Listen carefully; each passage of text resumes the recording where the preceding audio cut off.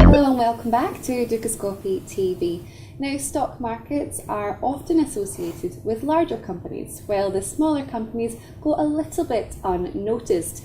But small and mid caps can be an interesting addition to a portfolio. Valerie Lemaigre from BCGE is in the studio with me just now to tell us more. Valerie, welcome to the studio. Thank you. Now, let's have a look at this situation from the Swiss point of view. Just how vast a contribution do small and mid caps make to the economy here? Okay. So first of all, let me do a distinction before I start with the contribution of SME to the growth. There is a distinction in terms of definition. As a macroeconomic economist, I have to start with the top-down approach. So there is a distinction in the definition of SME for the economy or for the stock market. If you talk about SME for the economy, they are companies with less than 250 persons or employees or full-time employees. And so you have in the Swiss economy around 550,000 small companies. Small and medium company.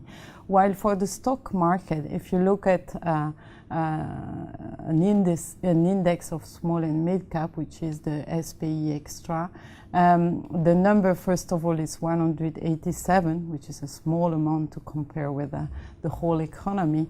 And those companies have already more than 250 employees. So there is a distinction in terms of definition, but the behavior, the relative behavior of small and mid cap in the stock market and in the economy is comparable.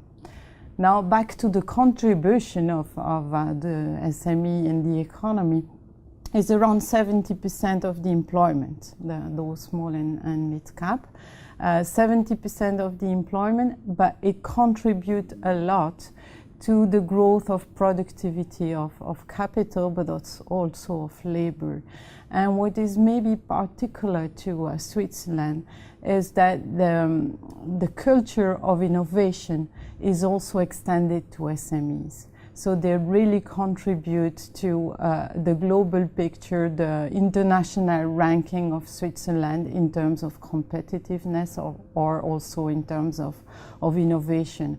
It's not a privilege of big company to invest in research and development. It's really an extended concept in Switzerland. Definitely. Now, I mean, these sort of small and mid caps they're described by some as the beating heart of the economy. But what advantages can be found here, really? In terms of investment in small and mid cap company, what is the behavior of the quoted small and mid cap to compare with big cap is that they are more cyclical. So in terms of composition of the index, they are based on sectors that are more cyclical. So when you try to understand where the outperformance is coming from the small and mid cap, you realize that it's really based on economic growth. So when you have this kind of indicators such as PMI or COF indicator, which are economic barometers of the economy, when they are strong and increasing or accelerating, is really where you need to invest in small and mid cap. So that's really the good cycle to invest in those type of companies. Okay, now it's been a bit of a shaky start to 2014, increased market volatility, etc. What's the potential performance of this sector moving forward? Well, the shaky start of all the stock market has been due to a change or an increase in the perception of risk.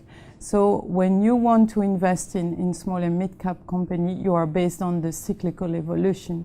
And the leading indicator in Switzerland, but also in Europe, has continued to be relatively well-oriented. So the shaky development of the stock market didn't impede the outperformance of the small and mid-cap. And from the beginning of the year, the outperformance of SPE Extra against SME is around 4%, is higher in Europe, is around 8% for small and mid-cap. So it's not because you had an increase of perception of risk perception that you had an underperformance of those companies. So it continues to be really a good investment in this type of cycle, because 2014 is a year of growth. So it continues to be an advantage for those small and mid-cap company. And just to finish with